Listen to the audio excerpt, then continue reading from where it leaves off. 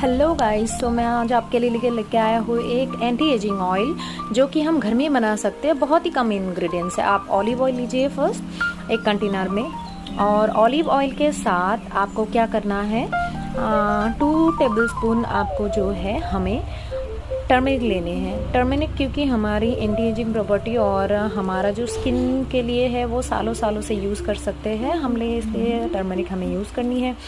और हमें इसको मिक्स कर देना है अच्छे से, और मिक्स करने के बाद हम लोगों को सफ़्रॉन लेना है और सफ़्रॉन को भी इसके साथ मिक्स कर देने हैं।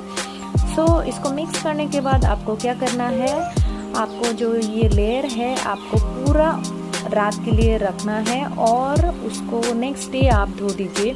ऐसे करके आप इस क्रीम को और इस ऑयल को आप 1 मंथ तक फ्रिज में स्टोर कर सकते हैं। और प्लीज़ बेटर रिजल्ट के लिए अच्छे से आई अंडर आई और आपका जो डार्क